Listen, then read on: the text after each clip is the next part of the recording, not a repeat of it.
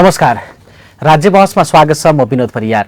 राज्य टेलिभिजनबाट प्रसारण हुने यो कार्यक्रममा हामी समसामयिक विषयवस्तुमा केन्द्रित भएर विभिन्न अतिथिहरूसँग बहस गर्ने गर्छौं।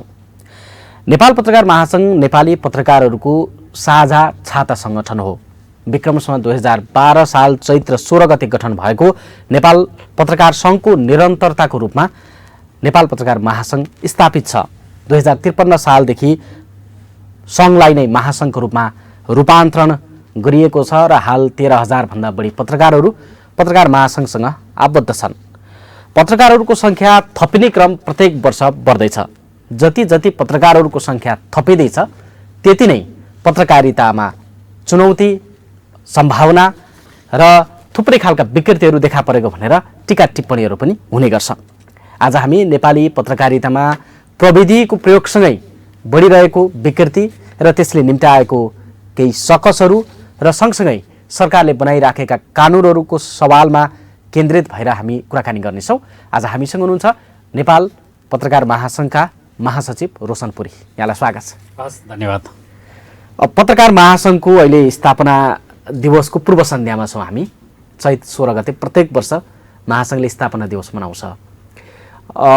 यो 12 सालदेखि अहिलेसम्मको यात्रालाई हेर्दाखेरिमा महासंघको भूमिका चाहिँ नेपाली पत्रकारहरूको दृष्टिकोणबाट यो महासंघको आवश्यकता, यसको औचित्य कति सान्दर्भिक छ?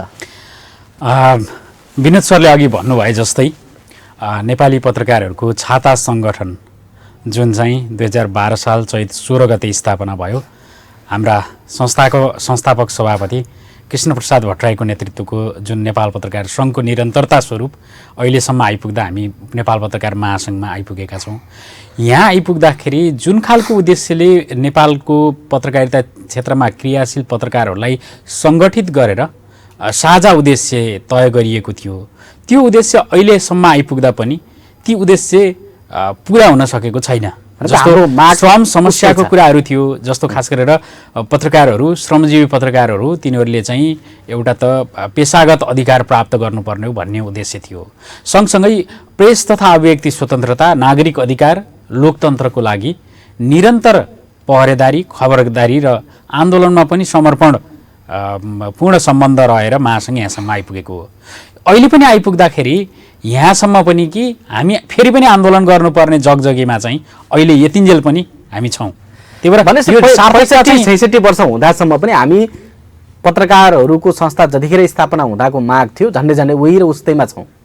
हामी त्यस्तै प्रकृतिले जेलिँदै यहाँसम्म आइपुग्यौँ। पञ्चायतमा हाम्रा केही कुराहरूलाई चाहिँ दबाउने कोसिस गरियो, पत्रकारितालाई स्वतन्त्र रूपमा लेख्न सक्ने खालको वातावरण बनाउन सकिएन। त्यस सँगसँगै नेपालको राजनीतिक आन्दोलनले 46 सालको जुन परिवर्तन भयो, त्यसपछि पनि आइपुग्दाखेरि चाहिँ हामीले स्वतन्त्रताको हकमा चाहिँ स्वतन्त्रता पायौँ। 46 सालपछि चाहिँ सञ्चार माध्यमको विकासले तीव्रता पायो, प्राप्त गर्यो। तर सञ्चार क्षेत्रमा काम गर्ने पत्रकारहरूको जीवनस्तर सुधार्नका लागि या उनीहरूले पाउनुपर्ने सेवा सुविधाबाट पत्रकारहरू वञ्चित हुनुपर्ने अवस्था आयो। सँगसँगै प्रेस तथा अभिव्यक्ति स्वतन्त्रताको स्थिति चाहिँ फेरि पनि नाजुक अवस्थामै पुग्यो। फलस्वरूप पत्रकार महासंघले नै गणतन्त्रको एजेन्डा पास गर्नु पर्यो केन्द्रीय समितिबाट। त्यही गणतन्त्रको एजेन्डामा राजनीतिक दलहरू पनि पत्रकार महासंघको पछि लागेर 62-63 मा आन्दोलनमा होमिनुपर्ने वातावरण बन्यो। त्यस पछाडि गणतन्त्र आइसकेपछि पनि श्रमजीवी पत्रकार ऐनले दिएका सेवा सुविधाका कुराहरूलाई चाहिँ प्राप्तिको लागि पटक पटक हामी आन्दोलन गरेका छौँ। हरेक वर्ष जसो, हरेक पटक जसो हामी आन्दोलन गर्छौँ। नयाँ कार्यसमिति आयो भने विगतकै एजेन्डालाई अगाडि सार्नुपर्ने बाध्यात्मक स्थिति अहिले पनि छ। जस्तो नि अभिव्यक्ति स्वतन्त्रताको कुरा पनि सँगसँगै अप्ठ्यारो अवस्थामा छ। हामीलाई चाहिँ कस्तो स्थिति भयो भने म एउटा कुरा भनिहाल्छु तपाईँलाई। जस्तो सरकारमा को छ भन्ने भन्दा पनि सरकारले के गर्छ भनेर हामीले हेर्ने गर्छौँ। सरकारमा जोसुकै आए पनि प्रेसको घाँटी निमोट्ने काम चाहिँ अहिले पनि बनेको छ। यो वर्तमान सरकारले सम्म आइपुग्दाखेरि पनि अहिले विभिन्न प्रकारको तपाईँले हेर्नुभयो राष्ट्रिय प्रसारण नियमावलीको जुन 11औं संशोधन आएको छ, त्यसले पनि पत्रकारिता क्षेत्रलाई कुनै न कुनै रूपमा नियन्त्रण गर्छ भन्ने पत्रकार महासंघको ठम्मै छ। अब जस्तो नि रोशनजी, तपाईँ लामो समयदेखि पत्रकारितामा हुनुहुन्छ, अहिले महासचिव हुनुहुन्छ, पत्रकारहरूको छाता सङ्गठनको नेतृत्वकर्ता। अब यो पत्रकार महासंघको स्थापना कालदेखि आन्दोलन गर्न थालेको अब अहिलेसम्म पनि हामी आन्दोलनमै छौँ।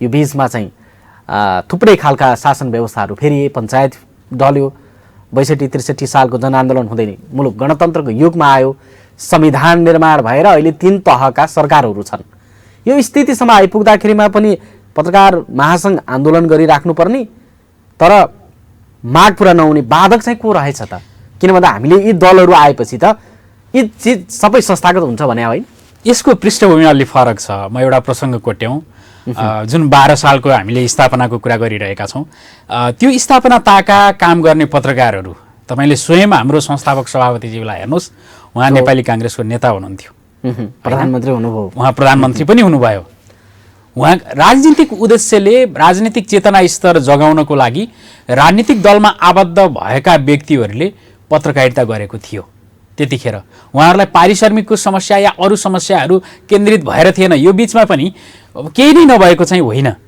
भएको छ तर पुरा भएको छैन पुरा नहुँदाखेरि पत्रकार महासङ्घले आन्दोलन गर्नुपर्ने अवस्था हो अब जस्तो तपाईँले भन्नुभयो 46 साल र 62-63 को जनआन्दोलनपछि जुन खालको स्थिति सिर्जना भयो त्यसले चाहिँ हामीले भनेअनुसारको व्यवस्था आयो अब पूर्ण हुन्छ भन्ने खालको अपेक्षा राख्नु त्यो स्वाभाविक हो अन्यथा मान्न सकिँदैन तर केही प्रगति भए पनि हामीले पूर्णता दिन सकिरहेका छैनौँ सरकारमा जाने जुनसुकै सरकारले पनि प्रेस तथा अभिव्यक्ति स्वतन्त्रतालाई चाहिँ कतै न कतै कुण्ठित गर्ने देखिन्छ म उदाहरण दिउँ पछिल्लो 2टा सरकार तुलना गरौँ योभन्दा अघिल्लो सरकारले ल्याएका सबै ऐन कानुनहरूलाई वर्तमान सरकारले अगाडि बढायो जस्तो नेपाल टेलिभिजन र रेडियो नेपाललाई सार्वजनिक प्रसारणको माध्यमबाट अगाडि बढाउनुपर्छ भनेर जुन पिएसबीको अन्तर्राष्ट्रिय मापदण्ड अनुसार अगाडि बढाउँ भनेर हामीले भनेका थियौँ त्यो अनुसार अगाडि बढाउनलाई प्रयास पत्रकार महासङ्घले गरेको थियो तर सरकारले भइदियो के भने अघिल्लो सरकारले मन्त्रीले नै नियन्त्रण गर्ने कन्टेन्टमा पनि नियन्त्रण गर्ने गरी जसरी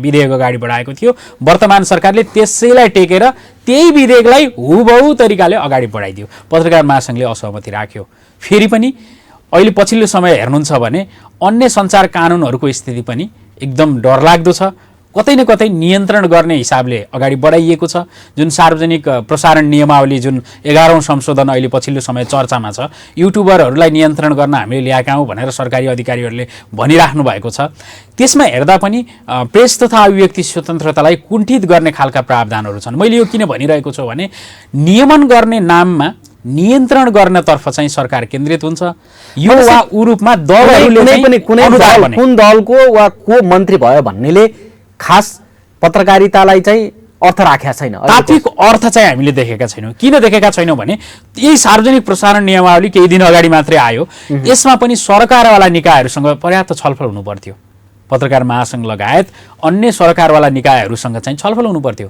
सरकारले छलफलै नगरिकन आफूलाई मन लाग्ने गरी तपाईलाई म त्यसको भाषा भनौँ त्यसमा चाहिँ तपाईले युट्युबको कुरा मात्रै छैन त्यहाँ तपाईले टिकटक फेसबुकमा तपाईले आफ्नो भिडियो राख्नुभयो भने पनि सरकारले तपाईलाई चाहेको दिन या तपाईलाई सरकारको कुनै एकजना अधिकारीले अप्ठ्यारो पर्ने खालको तपाईलाई पार्छु भनेर उले इन्टेन्सन राख्यो भने चाहिँ तत्काल तपाईलाई जेल हाल्न सक्ने खालको प्रावधानहरू छ देशका कतिपय ठाउँमा त युट्युबरहरू पक्राउ पर्न थालिसके नि त्यही भनेको यो पक्राउ गर्ने डन्डा चलाएर समस्या समाधान हुँदैन न्यू मिडियालाई ग्रहण गर्न सक्नुपर्छ र आचार संहिता जुन हामीले बनाएका छौँ पत्रकार महासङ्घको अगुवाईमा बनेको जुन आचार संहिता छ महासङ्घ र काउन्सिलले संयुक्त रूपमा जारी गरेको त्यसलाई पालना गर्नेतिर र वैयक्तिक अधिकारका कुराहरू पनि छन् संविधानले दिएको गोपनीयताको हक चाहिँ सबैले पत्रकारिता क्षेत्रले मात्रै हैन सबै क्षेत्रले पालना गर्नुपर्छ पत्रकारले पनि के कुराहरू चाहिँ पत्रकारिता क्षेत्रमा चाहिँ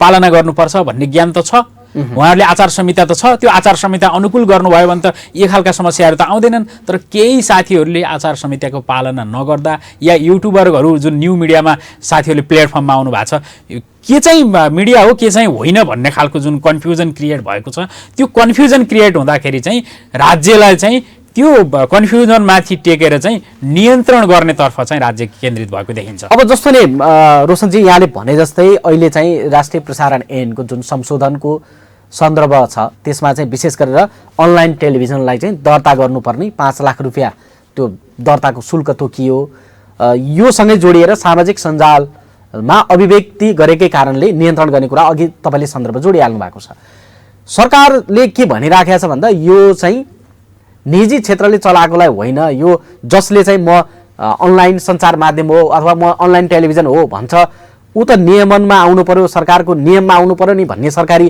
तर्क सुनिन्छ नि। मैले तपाईँलाई एउटा भन्छु विनोदजी, तपाईँ राज्य टेलिभिजनमा कार्यरत हुनुहुन्छ। यो राज्य टेलिभिजनले आफ्नो युट्युब च्यानल पनि चलाएको छ। यसले सामाजिक सञ्जाल फेसबुक, ट्विटर लगायतका अन्य सञ्चार माध्यम जुन सामाजिक सञ्जाल छन् ती माध्यमबाट पनि आफ्नो प्रसारणलाई चाहिँ विस्तार गरेको छ।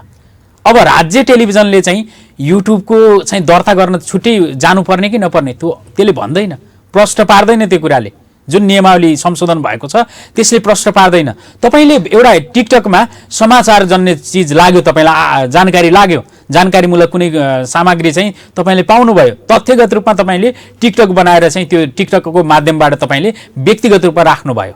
एउटा कुनै सरकारी प्रतिनिधिलाई या अधिकारीलाई चाहिँ के लाग्न सक्छ भने तपाईँले राखेको चिज चाहिँ यसले समाचार राख्यो, यसलाई चाहिँ दर्ता गराउनुपर्छ या यसलाई चाहिँ यो भएन भने अब कानुन त कारबाही गर्नुपर्छ भने चाहिँ तपाईँलाई जेल हाल्ने अधिकार राज्यलाई छ। व्यक्तिको राइटको कुरा हो, हरेक आम नागरिकको चाहिँ अभिव्यक्ति स्वतन्त्रताको कुरा हो जुन चाहिँ संविधानले प्रत्याभूत गरेको छ। संविधान विपरीतको काम गरिरहेछ सरकारले, त्यही भएर पत्रकार महासंघले विरोध गरेको। पत्रकार महासंघले नियमन गर्ने कुरा गलत छन्, ती कुरालाई चाहिँ एउटा बाटो निकालेर ठिक ठाउँमा ल्याउने कुरालाई सकारात्मक ढङ्गले लिन्छ, नियमन गर्ने कुरालाई। अर्को कुरा दर्ता खारेजीको कुरा त संविधानमा मिडियालाई चाहिँ दर्ता खारेजीको कुरा त प्रष्टसँग लेखेको छ त, कुनै पनि खारेजी हुँदैन। दर्ता गर्नुपर्ने, नवीकरण गर्नुपर्ने भनेर पटक पटक गर्ने, नियमन गर्ने कुरालाई चाहिँ सूचीकृत गर्ने कुरालाई मान्न सकिएला। तर भनेको त्यो 5 लाख रुपियाँ चाहिँ तोकेकै छ नि, त्यसलाई कसरी हेर्ने? त्यो ठिक छ, यो रकम ठिक छ छैन भन्ने कुरा होइन। नियत नै खराब भएपछि त त्यो त खराब भइहाल्यो त सिधै। नियत नै राज्यले अभिव्यक्तिलाई चाहिँ रोक्नको लागि ल्यायो। आम नागरिकको अभिव्यक्ति पनि रोकिन्छ यसले त। तपाईँले टिकटक मार्फत देखेको कुरा पनि तपाईँले सार्वजनिक गर्न सक्नुहुन्न, फेसबुक मार्फत सक्नुहुन्न। अनि त्यही भएर पत्रकार महासंघले त्यो कुरालाई विरोध गरेको हो। अब यो विरोध गर्दाखेरि चाहिँ पत्रकार महासंघमाथि या पत्रकारिता जगतमाथि चाहिँ के आरोप आउने गरेको छ भने गलत गर्नेहरूलाई कारबाही गर्न खोज्दा पत्रकार महासंघले चाहिँ रोक्यो। त्यो होइन, नियमन गर्ने कुरामा पत्रकार महासंघले सघाउँछ होइन, तर गलत गर्नेहरूलाई चाहिँ पत्रकार महासंघले प्रोत्साहन गर्दैन। तर अभिव्यक्ति स्वतन्त्रतालाई नै कुण्ठित गर्ने गरी जुन तरिकाले कानुन बनाइएको छ यो कानुनको पत्रकार महासंघले विरोध गरेको मात्र। अब अहिले यो कानुन पनि तपाईँको संसदमा लैजानु पर्ने थियो, त्यहाँ पर्याप्त छलफल हुन्थ्यो, त्यो भएन भन्ने ढङ्गले पनि कतिपय टीका टिप्पणीहरू त आइरहेकै छ। पत्रकार महासंघले समीक्षा सहितको कार्यक्रम पनि गर्यो, तर अझै यसलाई चर्को रूपमा चाहिँ विरोध गर्न सकेका छैन भन्छन् नि। यसलाई अब के कुरालाई चर्को भन्ने, के कुरालाई नभन्ने भन्ने एउटा त्यो मापदण्ड हो छैन हामी कहाँ। अब सडकमा गएर आन्दोलन गर्दैमा त्यो चर्को हुने, प्रधानमन्त्री, मन्त्रीलाई, सचिवलाई गएर हामीले भेटेर यी कुराहरू चाहिँ हामी मान्दैनौँ होइन, यी कुरालाई चाहिँ तत्काल सच्याउनु पर्छ भन्दा चाहिँ चर्को नहुने भन्ने कुरा त पक्कै नहोला। तर हामीले यो जुन प्रसारण नियमावलीको जुन 11औं संशोधन, राष्ट्रिय प्रसारण नियमावलीको 11औं संशोधन आयो त्यसपछि हामीले सञ्चार मन्त्रीज्यूलाई पत्रकार महासंघमै बोलाइयो। उहाँलाई बोलाएर हामीले लामो समयपछि उहाँ पत्रकार महासंघ पुग्नु भयो, नियुक्ति भएको। त्यसपछि उहाँलाई चाहिँ हामीले प्रष्टसँग हाम्रो धारणा राखेका छौँ। त्यसपछि मन्त्रालय हामी आफै गएका छौँ, यो कुरा चाहिँ ठिक भएन, यसलाई चाहिँ हामीले सुधार गर्नुपर्छ भनेर सञ्चार मन्त्रीज्यूलाई भनेका छौँ, सञ्चार सचिवज्यूलाई भनेका छौँ भेटेर, प्रधानमन्त्रीज्यूलाई पनि यो कुरा अवगत गराइसकेका छौँ। हामीले सम्बन्धित सरकारी निकायहरूमा पनि हामीले चाहिँ यो कुरा चाहिँ गलत छ, यसलाई सच्याउनुपर्छ भनेर भनेका छौँ। उहाँहरूले पनि यसमा हामीले के गर्नुपर्ने हामी त्यसको लागि तयार छौँ भनेर प्रतिबद्धता जनाउनु भएको छ। अब पत्रकार महासंघले राजनीतिक दलका कार्यकर्ताले जस्तो रेलिङ भाँच्नुपर्ने हो भने चाहिँ त्यो फरक हो। पहिला योभन्दा अघिल्लो सरकारको बेलामा मन्त्री गोकुल बास्कोटा हुनुहुन्थ्यो नि, उहाँले गरेको हरेकमा जसरी विरोधहरूको स्वरहरू बढी तीव्र हुन्थ्यो त्यो भएन भन्ने ढङ्गले कतिपय सामाजिक सञ्जालमा त्यो टीका टिप्पणी देखिन्छ क्या। अब यो सामाजिक सञ्जालमा हुने टीका टिप्पणीलाई चाहिँ मैले सकारात्मक रूपमै लिन्छु। अब पत्रकार महासंघले हेर्दाखेरि चाहिँ कतिपय सकारात्मक ग्रहण गर्नुपर्ने छन्, कतिपय व्यक्तिको आलोचनात्मक जुन खालको चेत छ त्यसलाई सम्मान गर्नुपर्छ। यो आलोचना गर्ने अधिकारको लागि पनि तपाईँ हामी लडेकै हो, त्यही भएर यसमा मैले धेरै कमेन्ट चाहिँ गरिनँ। र रह्यो अघिल्लो सरकार र यो सरकार होइन, मैले अघि पनि तपाईँलाई भने सरकारमा को छ भन्ने होइन, हामीले सरकारले के गर्छ भन्ने कुरालाई आधार मानेर हामीले त्यसको विरोधको कुरा या समर्थनको कुरा चाहिँ त्यसमा गर्छौँ। अब अहिले चाहिँ नयाँ न्यू मिडियाले गर्दाखेरिमा पत्रकारिता क्षेत्रमा विकृति पनि आयो भनेर यहाँहरूले र पत्रकार महासङ्घले पनि बेला बेलामा आवाज उठाइरहेकै छ। जस्तो अहिले चाहिँ कतिपय अनलाइन सञ्चार माध्यम वा सोसियल मिडियाको फेक न्युजहरू हेरेर आम पत्रकारिता वा आम सञ्चार माध्यमलाई मूल्याङ्कन गर्ने सरकारी अधिकारीहरू पनि भेटिएको देखिन्छ। त्यो सँगसँगै विकृतिहरू पनि छन् भनेर जसरी आइरहेको छ, यसलाई तपाईँहरूले हेर्दाखेरिमा, महासङ्घले हेर्दाखेरिमा त्यो प्रविधिका कारणले समस्या निम्तिएको भन्ने लाग्छ यहाँलाई? कहिल्यै पनि प्रविधिको कारणले समस्या निम्तिँदैन। प्रविधिलाई हामीले ग्रहण गर्न सिक्नुपर्छ, सक्नुपर्छ। हामीले ग्रहण गर्न सिक्ने पनि नहुने र त्यसलाई ग्रहण नगर्दाखेरि चाहिँ आउने खालका जुन खालका प्रावधानहरू छन्, हाम्रा साथीहरूका जुन खालका कमेन्टहरू आउँछन्, त्यसलाई चाहिँ अब गलत रूपमै त म भन्दिनँ, त्यसलाई सम्मान गर्दै यसलाई चाहिँ प्रविधिलाई चाहिँ हामीले ग्रहण योग्य बनाएर लिएर जानुपर्छ। प्रविधि मैत्री हामी बन्नुपर्छ। हामीले जुन खालको प्रविधिको विकास भएको छ त्यो सँगसँगै पाइला चाल्न सिक्नुपर्छ। अहिलेका 2-3वटा समस्याहरू म तपाईँलाई भन्छु। यहाँले अघि भन्नुभयो युट्युबकै कुरा गर्नुभयो। तपाईँको सञ्चार माध्यमको विकासको जुन खालको प्र्याक्टिस छ नेपालमा अहिलेसम्मको हेर्दाखेरि पहिला चाहिँ पत्र पत्रिकालाई मात्रै सञ्चार माध्यम मानिन्थ्यो। बिस्तारै टेलिभिजनहरू आए। टेलिभिजन आइसकेपछि टेलिभिजनमा काम गर्नेलाई, म यो सञ्चार जगतकै लागि भन्दैछु, टेलिभिजनमा काम गर्नेहरूलाई चाहिँ यो त सुगा हो, यससँग विचार हुँदैन, योसँग विवेक हुँदैन, यसले बोल्ने मात्रै हो, यो चाहिँ पत्रकारिता नै होइन भनेर एक प्रकारको हेयको व्यवहार गर्ने काम चाहिँ भयो। तर पछि चाहिँ त्यो टेलिभिजन पनि मेन स्ट्रिम मिडियाको रूपमा चाहिँ विकास भयो, त्यो स्थापित नै भयो। सँगसँगै त्यसपछि आयो चाहिँ रेडियोहरू। एफएम रेडियोहरूको चाहिँ प्रभाव यति धेरै हुन थाल्यो, त्यसपछि समुदायसम्म पनि यस्तै खालको हिउँ गयो। यो चाहिँ के गयो भने अब त यसले बर्बादै पार्यो, समाचार दियो होइन। त्यहाँ काम गर्नेहरू त समाचार योग्य नै होइनन्, समाचार दिन पाउनु हुँदैन, विदेशमा छैन, नेपालमा मात्रै भयो भन्ने सम्मका कुराहरू लिएर एफएममा काम गर्नेहरूलाई पत्रकारै नमान्ने खालको हामी नै हो त्यो नमान्ने। तर बिस्तारै एफएम रेडियोको प्रभाव यस्तो भयो कि त्यसले चाहिँ मेन स्ट्रिम मिडियाको रूपमा चाहिँ आफूलाई स्थापित गरेरै छाड्यो। एफएम रेडियोहरू पनि स्थापित भए। त्यसपछि लगत्तै अनलाइनको विकासले चाहिँ तीव्रता पायो नेपालमा। हाम्रो त्यो धेरै वर्ष जानु पर्दैन, पछिल्लो 2 दशक हेरौँ, 3 दशक हेरौँ, हामीले पत्रकारिताको धेरै जुन खालको टेक्नोलोजीको कुरा तपाईँले अघि गर्नुभयो त्यसको भरपुर प्रयोग गर्न थालेका छौँ। अब त्यसपछि अनलाइन आइसकेपछि त अनलाइनमा समाचार आउने भनेपछि त यो त पत्रकारितालाई बदनाम गर्छ, यसले समाजलाई पनि बदनाम गर्छ। अब यो त बर्बादै भयो भनेर चाहिँ हामी मिडियामा काम गर्नेहरूले पनि भन्यौँ, बाहिर बस्ने सरोकार राख्नेले पनि भन्यौँ, आम नागरिकको तहबाट पनि यो खालको कमेन्ट चाहिँ आइपुग्यो। आइसकेपछि बिस्तारै त्यसलाई सकारात्मक ढङ्गले अगाडि बढाउँदै लैजाँदा छ। अनलाइन त अहिले त मेन स्ट्रिम मिडिया सबैभन्दा पहिला चाहिँ हामी त अहिले त अनलाइन हेर्न थाल्यौँ। मोबाइल, एन्ड्रोइड मोबाइल छ भने त अब संसारै त्यही भयो, सञ्चार माध्यम कुन चाहिँ उपयोग गर्ने त्यही भित्र भयो, त्यो स्थापित भयो। पछिल्लो समय युट्युबलाई पनि विगतमा जसरी अनलाइनलाई, रेडियोलाई, टेलिभिजनलाई जसरी व्यवहार गरिएको थियो, युट्युबको माध्यम आफैमा खराब होइन, माध्यमबाट के जान्छ भन्ने कुरा मुख्य कुरा थियो। तर माध्यमलाई नै यो बेन्ड गर्नुपर्छ, नेपालमा युट्युब नै गर्नुपर्छ, सोसियल साइटहरू बेन्ड गर्नुपर्छ, बन्द गर्नुपर्छ भन्ने सम्मको कमेन्ट चाहिँ आइपुगेको छ। यो चाहिँ बन्द गरेर समस्याको समाधान हुँदैन, यो बन्द गरेर समस्याको समाधान हुँदैन र यसले चाहिँ अभिव्यक्ति स्वतन्त्रतालाई चाहिँ बन्द गर्दा कुण्ठित गर्छ। यसलाई चाहिँ 2टा बाटोबाट हामीले सुधार गर्न सक्छ भन्ने पत्रकार महासङ्घको धारणा छ।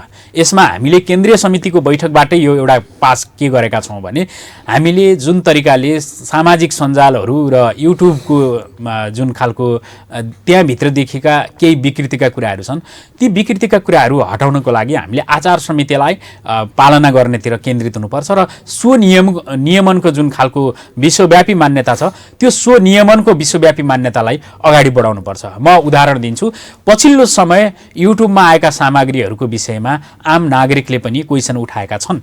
आम नागरिकले जब क्वेसन उठाउन थाले, उनीहरूका विरुद्ध चाहिँ 2-3वटा निकायहरू जुन पत्रकार हुन्, पत्रकारिता क्षेत्रसँग जोडिएर पत्रकारिता गर्नेहरूले चलाएको युट्युबको बारेमा चाहिँ 2वटा निकाय मार्फत हामी न्याय खोज्न सक्छौँ।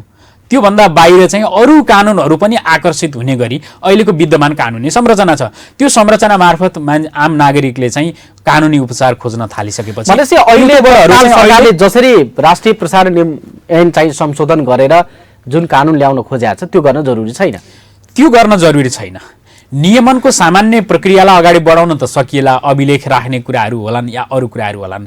त्यो गर्नुभन्दा पनि सरकारले चाहिँ आचार संहिता पालना गर्नेतर्फ आम सञ्चार प्रशिक्षण प्रतिष्ठान तपाईँ हामीले स्थापना कालदेखि नै यो कुराहरू चाहिँ पत्रकारहरूलाई चाहिँ आम सञ्चार प्रशिक्षण प्रतिष्ठान गठन गरौँ भनेर हामीले यहाँसम्म आइपुग्दा पनि सरकारले गठन गर्न सकेको छैन। पछिल्लो अघिल्लो दुई कार्यकालमा चाहिँ हामीले त्यसको ड्राफ्ट पनि बनाएर सरकारलाई बुझायौँ, गठन आदेश पनि अहिले तयार छ, तर सरकारले त्यो पत्रकारहरूलाई प्रशिक्षण दिने खालको जुन तरिकाले आम सञ्चार प्रशिक्षण प्रतिष्ठानको हामीले परिकल्पना गरेका थियौँ त्यो अनुसार अगाडि बढाउन सकेको छैन।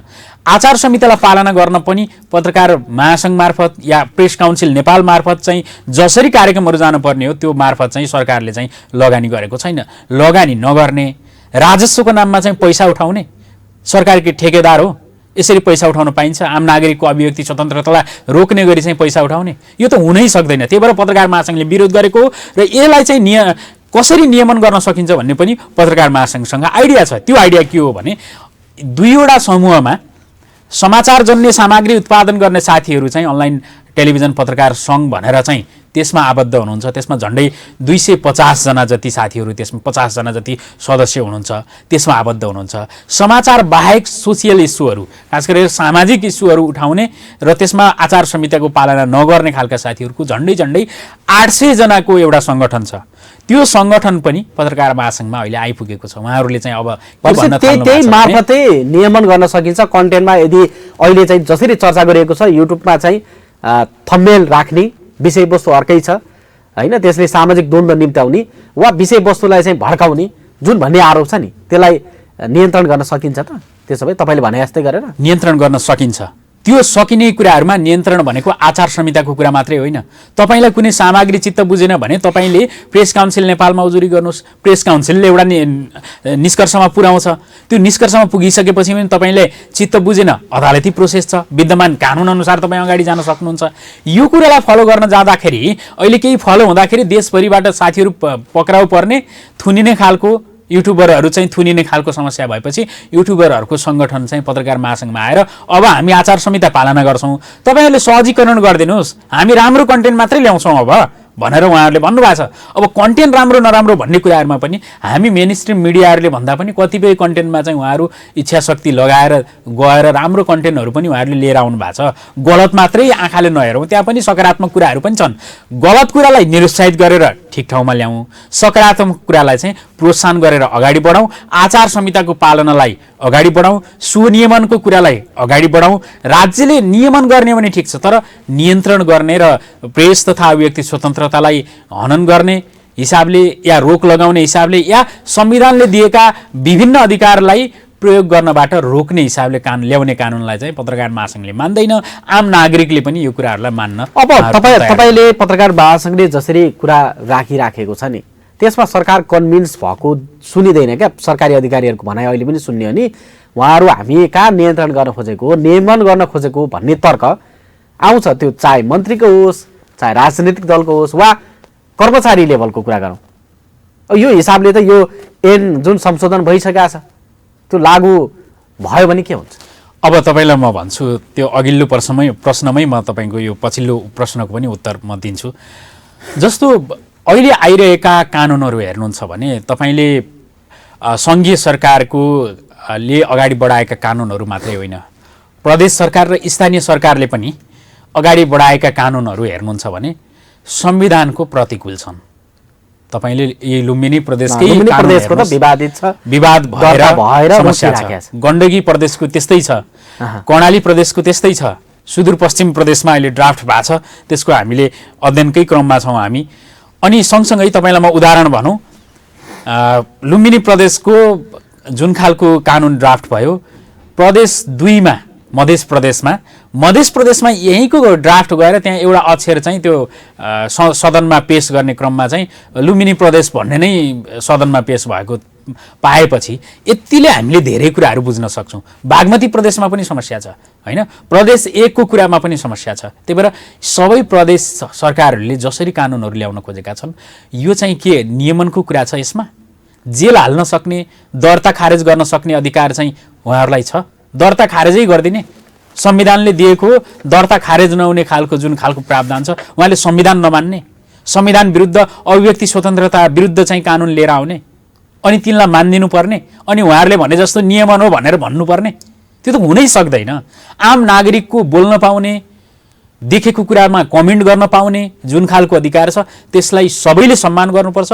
अझ पत्रकारिता क्षेत्रले त झन् खबरदारीपूर्ण तरिकाले चाहिँ यो कुरालाई सम्मानित हुने खालको वातावरण चाहिँ हामीले बनाउनुपर्छ। भनेपछि अब यो हेर्दाखेरि त केन्द्रदेखि प्रदेश र स्थानीय तहसम्म नै यो 5 वर्षको अवधिमा त कानुन बनेर प्रेस मैत्री कानुन बनेर यतिखेर त कार्यान्वयनमा जानुपर्ने बेलामा विवाद छ। यो त काठमाडौँमा बसेर कुनै कर्मचारीले एउटाले ड्राफ्ट गर्यो, त्यो कानुन चाहिँ प्रदेश सरकारको कानुनहरूमा चाहिँ विभिन्न प्रदेशमा त्यही ड्राफ्ट गयो, स्थानीय सरकारहरूमा पनि त्यसै गरी निश्चित रकम लिने र अगाडि बढ्ने खालको भयो। उहाँहरूले चाहिँ हरेक स्थानीय तहले निश्चित रकम दिने, प्रदेश सरकारले निश्चित रकम दिने र त्यो कमाउने बाटोको रूपमा चाहिँ यसलाई प्रयोग गरेको पनि हामीले पाएका छौँ। हामीले त्यो तरिकाले पुष्टि हुने, मैले अघि भने नि कुनै एक प्रदेशको सरकारले ल्याएको ड्राफ्टमा अर्को प्रदेशको नाम छ भनेपछि कपी पेस्ट हो कि होइन, यो त सहजै बुझ्न सकिन्छ। त्यही भएर कर्मचारीले जसरी सरकार चलाउने गरी जुन खालको तरिकाले ड्राफ्ट गर्नुभएको छ, राजनीतिक दलको नेतृत्वले चाहिँ त्यसलाई चाहिँ थाहै नपाए गरेर आफूले विगतमा लडेको इतिहासलाई बिर्सेर जसरी नियन्त्रण गर्न खोज्दै हुनुहुन्छ त्यो नियन्त्रण चाहिँ कसैले पनि मान्दैन। संविधानले दिएको अधिकारको लागि चाहिँ पक्षमा पत्रकार महासंघ होइन, आम नागरिक पनि उठेर लाग्नुहुन्छ। उहाँहरूले पनि आफ्नो अभिव्यक्ति स्वतन्त्रताको कुरालाई चाहिँ अगाडि बढाउनुहुन्छ र सरकारले यसरी ल्याउने खालका कुराहरूलाई चाहिँ अस्वीकार गर्नुहुन्छ। अब यो विषय जुन विवादित छ नि यसमा चाहिँ पत्रकार महासंघले आफ्नो ठाउँबाट भूमिका खेलिरहेको छ। आशा गरौँ ती प्रेस मैत्री कानुन आओस्। अब हामीले सँगसँगै म यसमै जोडेँ, पत्रकार महासंघले सङ्घीय कानुन कस्तो हुनुपर्छ भनेर ड्राफ्ट गरेर सरकारलाई बुझाएको छ, प्रदेशका कानुनहरू कस्ता हुनुपर्छ भनेर पत्रकार महासंघले ड्राफ्टै गरेर बुझाएको छ। विश्वव्यापी मान्यता के छ, संविधानले दिएको अधिकार के हो, नेपालमा विद्यमान कानुनहरू के छन्, विगतको प्र्याक्टिस कस्तो छ, विदेशमा भएको भूमिकाहरू चाहिँ के थियो, ती कुराहरूलाई पनि अनुसरण गरेर लोकतान्त्रिक विधि पद्धति भएका देशहरूको उदाहरणसहित पत्रकार महासंघले एउटा ड्राफ्ट गरेर प्रदेश सरकारलाई र स्थानीय सरकारलाई पनि यस्तो खालको तपाईँहरूको संवैधानिक अधिकार हो र यो अधिकार अनुसार तपाईँहरूले यो क्षेत्रमा चाहिँ काम गर्न पाउनुहुन्छ। त्यही भएर तपाईँहरूले चाहिँ यो चाहिँ ड्राफ्ट हामीले बनाएका छौँ, यो चाहिँ सही छ भनेर हामीले बुझाएका पनि छौँ। कम्तीमा त्यो चाहिँ हेरिदिनु पर्यो, त्यो कार्यान्वयन गरेर त भइहाल्यो। त्यो हेर्नुहुन्न, उहाँहरूले त छिमेकी देशको पनि म त उदाहरणै दिन्छु। भारतमा पनि प्रदेशहरू त धेरै छ त, त्यहाँको प्रदेश सरकारले कानुन ल्यायो भन्ने सुन्नुहुन्छ नियन्त्रणको लागि? त्यहाँ एउटा प्रेस काउन्सिल छ, इन्डियन प्रेस काउन्सिल, उसैले नियमन गर्छ। नेपालमा एउटा प्रेस काउन्सिल छ, अहिले त सबै प्रदेशले चाहिँ हाम्रो प्रेस काउन्सिल छुट्टै भनेर ल्याउन थालेका छन्। त्यो आवश्यक छैन, आवश्यकै छैन। त्यो त नियमन गर्ने त एउटा निकायले नियमन गर्ने होला नि।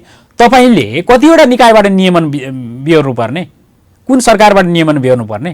सङ्घीय सरकारले तपाईँलाई नियमन गर्छ भने प्रदेश सरकार र स्थानीय सरकारले किन नियमन गर्नुपर्ने आवश्यकता छ?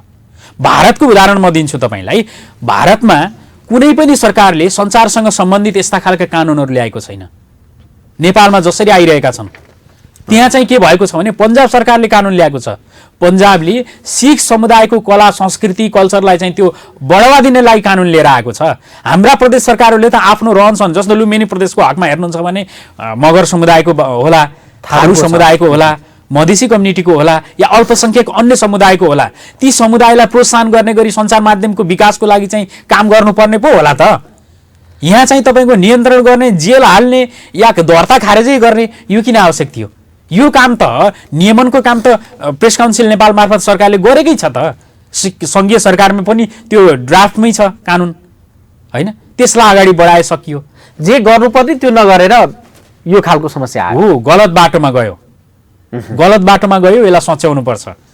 अब अलिकति पत्रकारको पेशागत सुरक्षासँग जोडिएर कुरा गरौँ। कोभिडका कारणले अहिले चाहिँ धेरै जसो सञ्चार माध्यमहरू विभिन्न खालको सङ्कटमा, त्यो आर्थिक होला, अरू चाहिँ व्यावसायिक होला वा जनशक्तिकै पनि किन नहोला, कतिपयले खाइपाइ आएको सेवा सुविधा कटौती गरेर जागिर छोड्नु परेको भन्ने गुनासो पनि छ।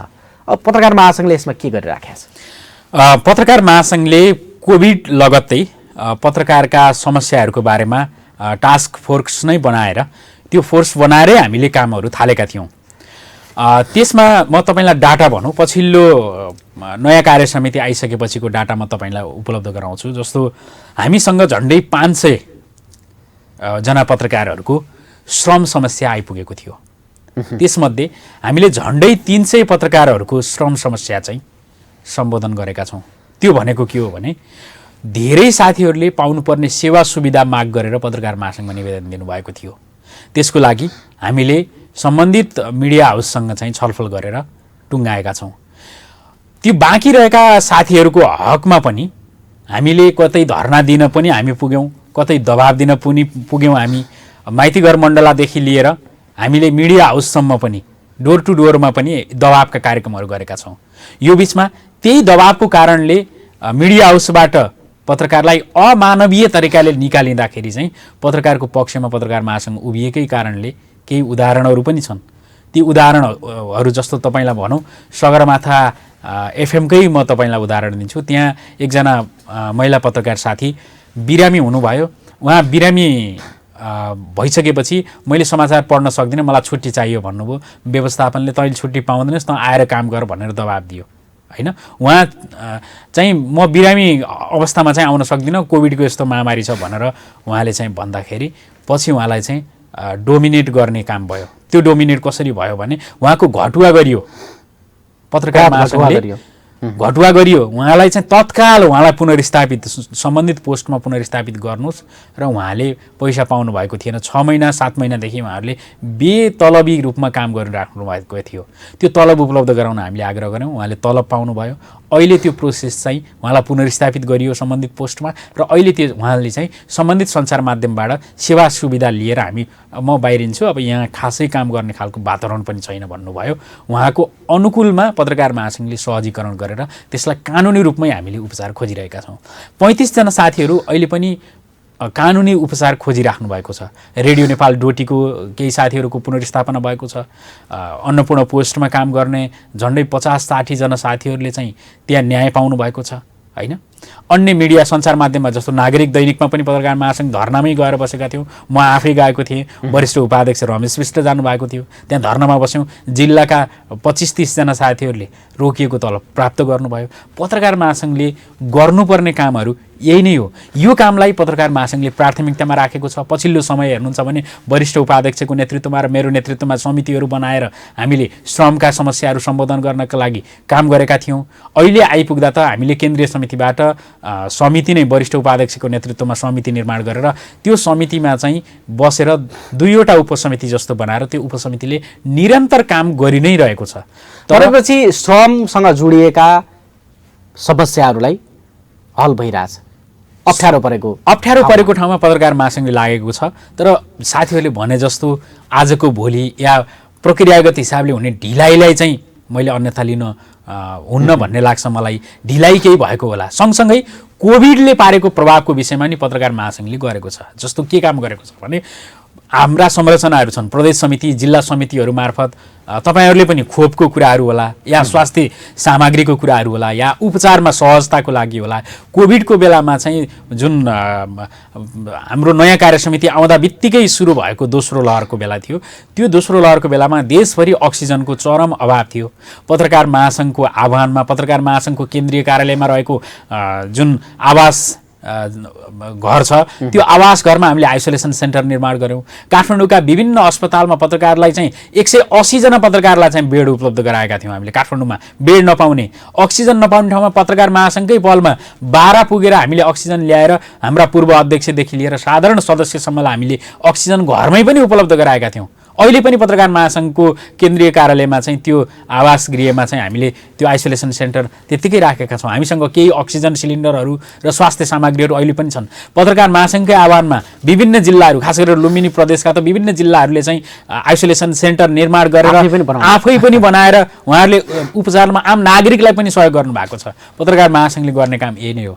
सिन्धुपाल्चोक म उदाहरण दिन्छु तपाईँलाई, त्यहाँ जिल्ला अस्पताललाई पनि पत्रकार महासङ्घकै पहलमा चाहिँ अक्सिजन उपलब्ध गराउने काम भयो। आम नागरिकलाई अक्सिजन उपलब्ध गराउने काम चाहिँ पत्रकार महासङ्घले गरेको छ। त्यही भएर पत्रकार महासङ्घले स्वास्थ्यको क्षेत्रमा पनि गरेको छ। सँगसँगै मिडिया हाउसहरूलाई पनि समस्या परेको छ। यो बेलामा आर्थिक सङ्कटले मिडिया हाउस पनि समस्यामा छन्। पत्रकार महासङ्घकै आग्रहमा मिडिया हाउसले सस्तोमा लोन पाउने व्यवस्था चाहिँ भएको छ। सहुलियतपूर्ण कर्जाको जुन खालको व्यवस्था पत्रकार महासङ्घले आह्वान गरेको थियो, बजेटमै पनि त्यो कुराहरू भएर मिडिया हाउसहरूले लिएका छन्। ठुला खालका सञ्चार माध्यमहरूले करोडौँ रुपियाँ लिएको कुरा चाहिँ पत्रकार महासङ्घसँग अभिलेख छ। तर त्यसको सदुपयोग नगर्ने, मिडियामा लगानी नगर्ने र विभिन्न जग्गामा घरायसी अरू कामहरूमा लगानी गरेर पत्रकारलाई चाहिँ भोकै राख्ने काम भएको छ। त्यसको पत्रकार महासङ्घले विरोध गरेको छ। हामीले केही दिन अघि मात्रै अर्थमन्त्रीज्यूलाई हामीले भेटेर यो मिडियामा कोले लगेका छन् लोन, जुन सहुलियतपूर्ण कर्जा छ, त्यो सहुलियतपूर्ण कर्जा पत्रकारको नाममा लिएको कर्जा चाहिँ लिने र मिडिया हाउसमा काम गर्ने पत्रकारलाई चाहिँ भोकै राख्ने खालको जुन खालको बनेको छ, त्यस्ता मिडिया हाउसहरूको अनुगमन गरेर चाहिँ कारबाही प्रोसेस चाहिँ हामीले अगाडि बढाउनुपर्छ, तिनीहरूलाई चाहिँ दबाब दिनुपर्छ भनेर पत्रकार महासङ्घले आग्रह गर्दा अर्थमन्त्रीज्यूले के भन्नुभयो भने हामीले तपाईँहरू सहितको अनुगमन संयन्त्र बनाउँछौँ र त्यसलाई अनुगमन गर्छौँ भनेर उहाँले भन्नुभएको छ। भनेपछि मिडियाका नाममा लगानी जुन ऋण लिनुभएको छ त्यो चाहिँ पत्रकारहरूकै हकितमा खर्च हुनुपर्छ, सदुपयोग हुनुपर्छ पत्रकारको पक्षमा, या मिडिया हाउसमै लगानी गर्नुपर्छ। त्यो जस्तो अहिले कोभिड पछाडि त मिडिया हाउसहरू पनि आर्थिक रूपमा सङ्कटमा छन्। त्यो हुँदाखेरिमा पेसाबाट त्यो यहाँले भने जस्तै पत्रकार महासङ्घले पहल गर्ला, बाँकी रहेको रकम त उठ्ला, तर काम गर्ने वातावरण नबनेपछि पलायन हुनुपर्ने स्थिति बढ्दै गयो भन्ने छ नि। अब यसलाई कसरी समाधान गर्ने? त्यसको एकुरेट डाटा त छैन, तर तपाईँले भने जस्तो केही कुरा चाहिँ त्यसमा सत्यता देखिन्छ। केही साथीहरूले चाहिँ जस्तो लामो समय काठमाडौँमा कार्यरत केही साथीहरूले चाहिँ 1 वर्षसम्म पनि तलब नपाउने, 6 महिना 7 महिनासम्म पनि तलब नपाउने हुँदाखेरि चाहिँ हामीले पेसै छोड्छौँ। यो कस्तो पनि हुँदो रहेछ भने भन्न पनि डराउने के होइन। सामाजिक प्रतिष्ठा छ, मैले तलब पाइनँ भन्नलाई उहाँहरूलाई लाज लाग्ने खालको वातावरण बन्यो। समाजले हेर्दाखेरि त यसले तलब पाएको छैन भन्ने खालको, उसलाई हेरेको दृष्टिकोणले हेर्ने खालको जुन कल्चर छ, त्यसले गर्दाखेरि पत्रकार साथीहरूले चाहिँ तपाईँले भने जस्तो बोल्न पनि डराउने, आफ्नो अधिकारको लागि लड्न पनि डराउने, पत्रकार महासङ्घमा गएर यो कुराहरू चाहिँ समस्या छन् भनेर सेयर गर्न पनि डराउने र पेसै छाडेर भाग्ने खालको कुराहरू चाहिँ पत्रकार महासङ्घमा पनि आएको छ। तर त्यस्ता साथीहरू जसले म अरू केही गर्छु भन्ने हो भने पत्रकार महासङ्घबाट हुन सक्ने खालका हामी सहयोगहरू चाहिँ पत्रकार महासङ्घले उपलब्ध गराउन तयार छ। अब स्थानीय तहको निर्वाचन नजिक आएको छ। अब स्थानीय तहको निर्वाचन नजिक आउँदै गर्दाखेरिमा अब मिडियाको भूमिका, सक्रियता, पत्रकारहरूको सक्रियता त्यो फिल्डमा होला वा सञ्चार माध्यममा अलि बढी नै हुन्छ। अब यो बेलामा चाहिँ अहिले पछिल्लो समयमा चाहिँ सामाजिक सञ्जाललाई लिएर मिथ्या समाचार बढी चाहिँ आउने कारणले त्यसलाई हेरेर आम सञ्चार माध्यम र पत्रकारलाई गाली गलौज पनि गरेको टिका टिप्पणीहरू त आइरहेकै छ। अब यसलाई स्थानीय तहको निर्वाचन केन्द्रित गरेर महासङ्घले अब के गर्दैछ? पत्रकार आचार संहिताको कुरा होला वा सुरक्षासँग जोडिएर सुरक्षा चुनौती पनि हुन सक्ला, यसलाई कसरी यहाँहरूले काम गर्दै हुनुहुन्छ? अब यसमा तपाईँले अघि भन्नुभयो के चाहिँ समाचार हो, के चाहिँ समाचार होइन भन्ने कुरा चाहिँ आम नागरिकले छुट्याउन सक्दैनन्। त्यो छुट्याउन सक्ने खालको वातावरण र मिडियाले चाहिँ हामीले बुझाउनु पर्ने कुरा चाहिँ त्यही छ। पत्रकार महासङ्घको पनि दायित्व हो, निर्वाचन आयोगले पनि यसमा सघाउनुपर्छ, प्रेस काउन्सिल नेपाल लगायत सरकारी निकायहरूले पनि यो क्षेत्रमा काम गर्नुपर्ने जरुरी देखिन्छ। रह्यो अब यसमा चाहिँ चुनौतीको कुरा त स्वाभाविक हो। निर्वाचनको बेलामा सुरक्षा चुनौती हुनु कुरा चाहिँ यो विगतदेखि नै चुनौतीपूर्ण देखिन्छ। त्यसको लागि चाहिँ पत्रकार महासङ्घले निर्वाचन आयोगसँगै मिलेर अनुगमन संयन्त्र बनाउने, पत्रकार महासङ्घका आफ्ना शाखाहरू मार्फत अनुगमन संयन्त्रलाई चाहिँ प्रभावकारी बनाउने, प्रदेश समितिहरू मार्फत चाहिँ नीतिगत हिसाबले सम्बन्धित प्रदेशमा हामीले चाहिँ आचार संहिता पालनामा जोड दिने, तालिमहरू सञ्चालन गर्ने लगायतका कामहरू हामीले गर्ने तयारी गर्दैछौँ। म तपाईँलाई यसलाई जानकारी गराउँ, निर्वाचन आयोगसँग एक चरण हामीले छलफल पनि सम्पन्न गरिसकेका छौँ। निर्वाचन आयोगसँगै मिलेर हामीले हरेक निर्वाचन क्षेत्रमा पत्रकार महासङ्घको नेतृत्वमा कम्तीमा एकजना प्रतिनिधि जानेर आयोग र महासङ्घको तर्फबाट चाहिँ अनुगमन गर्ने सम्मको हामीले तयारी चाहिँ थालेका छौँ। त्यही भएर पत्रकार महासङ्घले सुरक्षा चुनौती बढ्दै गर्दाखेरि पनि हामीले जस्तो फ्री मिडिया नेटवर्क मार्फत पनि नेटवर्क स्थापना भएका जिल्लाहरूमा हामीले समन्वय गरेका छौँ। यदि त्यो फ्री मिडिया नेटवर्कभन्दा बाहिरका जिल्लाहरू छन् भने पनि ती जिल्लाहरूमा पनि हामीले पत्रकार महासङ्घको नेतृत्वमा हामीले एउटा अनुगमन संयन्त्र बनाउने, आचार संहितालाई पालना गर्नलाई चाहिँ प्रोत्साहन गर्ने, त्यो पत्रकार आचार संहिता मात्रै होइन निर्वाचन आचार संहिता पनि पालना गर्न लगाउने, सामाजिक सञ्जालको कुराहरूमा पनि पत्रकार महासङ्घको तर्फबाट चाहिँ हामीले पत्रकारले लेख्दा चाहिँ के कुराहरू लेख्ने के कुराहरू नलेख्ने भन्ने कुराहरू एउटा लाइन बनाउनु भन्दा पनि सुनियमनको कुरालाई चाहिँ प्रोत्साहन गर्ने पत्रकार महासङ्घको आचार संहितालाई पालना गरे भयो। हजुर, त्यसलाई पुरा पालना गराउँ। हामीले दुईटा आचार संहिता पालना गऱ्यौँ भने पत्रकारिता क्षेत्रबाट समस्या हुन्छ भन्ने मलाई लाग्दैन। एउटा निर्वाचन आचार संहिता तपाईँले जारी भएको हेर्नु भएको छ, सँगसँगै पत्रकार आचार संहिता हामीले पालना गऱ्यौँ र काम गऱ्यौँ भने त्यहाँनिर समस्या चाहिँ उत्पन्न हुँदैन। अब जस्तो निर्वाचनको बेलामा रिपोर्टिङमा जाने सवालमा कतिपय अवस्थामा पत्रकारलाई त्यो सहज पहुँच हुँदैन कि भन्ने आशंका कतिपय ठाउँहरूमा हुन्छ। जस्तो द्वन्द्व हुने क्षेत्र होला वा कुनै क्षेत्र, त्यस्तो बेलामा चाहिँ पत्रकारहरू कसरी रिपोर्टिङमा जान सक्छन्, त्यो वातावरण सहज बनाउन के गर्छ महासङ्घले? पत्रकार महासङ्घले अघि मैले भने जिल्ला स्थित सुरक्षा निकायका प्रमुख जिल्ला अधिकारी सहित या सुरक्षासँग सम्बन्धित अन्य निकायका प्रमुखहरू सहितको एउटा संयन्त्र गठन गरौँ। निर्वाचन आयोगले पनि त्यो खालको पहल गरोस्, पत्रकार महासङ्घले पनि त्यो भूमिका निर्वाह गर्न तयार छ। पत्रकार महासङ्घले काम गर्नलाई चाहिँ सहज वातावरण बनाउनको लागि, त्यही भएर पत्रकार महासङ्घले चाहिँ त्यस्ता खालका कठिनाइ आइपर्ने ठाउँमा चाहिँ समन्वय गर्छ। प्रत्येक जिल्ला शाखाहरूले त्यो समन्वय गर्छन्, त्यसमा कुनै समस्या हुँदैन। हरेक जिल्ला शाखाहरूले मात्रै होइन कि काठमाडौँमा रहेका प्रतिष्ठान एसोसिएटहरूले पनि यो खालको कुराहरूलाई चाहिँ अगाडि बढाउँछन्। अब हामी कुराकानीको अन्तिममा छौँ। अब पत्रकार महासङ्घको स्थापना दिवस चैत 16 गते, त्यसको पूर्व सन्ध्यामा हामी कुराकानी गरिरहेछौँ। अब यो वर्ष पत्रकार महासङ्घले स्थापना दिवसलाई कसरी मनाउँदैछ? पत्रकार महासङ्घको केन्द्रीय समितिले चाहिँ एउटा टेन्टेटिभ कार्यक्रम तयार गरिसकेको छ। त्यो चाहिँ एउटा राष्ट्रिय स्तरको फुटसल आयोजना गरौँ भनेर हामीले एउटा फुटसल आयोजना गर्दैछौँ। त्यो सँगसँगै रक्तदान कार्यक्रम लगायत अन्य स्वास्थ्यसँग सम्बन्धित कुराहरूलाई अगाडि बढाउने खालको एउटा कार्यक्रम तय भएको छ। यसले चाहिँ पत्रकार बीचको सम्बन्धलाई सुधार गर्छ भन्ने उद्देश्यले हामीले त्यो गरेका हौँ। योभन्दा अलि पृथक तरिकाले हामीले यसपटक 2-3वटा विषयहरूमा गहन छलफल कार्यक्रमहरू आयोजना गर्दैछौँ। त्यो भनेको प्रेस तथा अभिव्यक्ति स्वतन्त्रताको पक्षको कुरामा र अहिले आइरहेका सञ्चार कानुनहरूको बारेमा हामीले छलफल गर्दैछौँ। सँगसँगै कोभिडले सञ्चार माध्यम र पत्रकारमा पारेको असर र त्यसलाई न्यूनीकरण गर्न कसरी सकिन्छ भन्ने कुराहरू अर्को सेसनमा हामीले छलफल गर्छौँ। अर्को सेसन सबैभन्दा महत्त्वपूर्ण, अघि हामीले पनि छलफल गऱ्यौँ, आम नागरिकको पत्रकारप्रतिको या पत्रकारिता क्षेत्रप्रतिको धारणा र उनीहरूको अपेक्षा के हुन सक्छ त, त्यसलाई हामीले के गर्न सक्छौँ भन्ने लगायतका गहन छलफलहरूको आयोजना गर्ने गरी हामीले तयारी गरेका छौँ केन्द्रीय समितिको तर्फबाट। सँगसँगै पत्रकार महासङ्घ केन्द्रीय समितिले प्रदेश समिति र शाखा समितिहरूलाई पनि हामीले आफ्नो अनुकूलतामा चाहिँ विभिन्न कार्यक्रमहरू गर्नुहोस् भनेर आग्रह गरेका छौँ। जस्तो रूपन्देहीको हकमा पनि तपाईँहरूले तयारी गरिसक्नु भएको छ, यहाँको लागि पनि अन्य शाखाहरूले पनि आफ्नो तयारी चाहिँ गरिसक्नु भएको छ। भनेपछि देशव्यापी रूपमा जिल्ला शाखाले आफ्नो ढङ्गले गर्छ र केन्द्रले महासङ्घले फुटसल, रक्तदान लगायतका अन्य अन्तर्क्रिया गरेर मनाउने भयो। हजुर हो। हवस् त, यो समयको लागि यहाँलाई धेरै धेरै धन्यवाद छ। हस्, तपाईँलाई पनि र यो राज्य टेलिभिजनको सम्पूर्ण टिमलाई चाहिँ म विशेष धन्यवाद दिन चाहन्छु। नेपाल पत्रकार महासङ्घको आधिकारिक धारणा मलाई यहाँ राख्न दिनुभयो। महासचिवको तर्फबाट, महासङ्घको केन्द्रीय समितिको तर्फबाट म धेरै धेरै धन्यवाद दिन्छु र सम्पूर्ण दर्शकहरूलाई पनि यतिन्जेल कार्यक्रम हेरिदिनु भयो तपाईँहरू सबैलाई पनि मेरो विशेष धन्यवाद छ। हस्, धेरै धेरै धन्यवाद छ।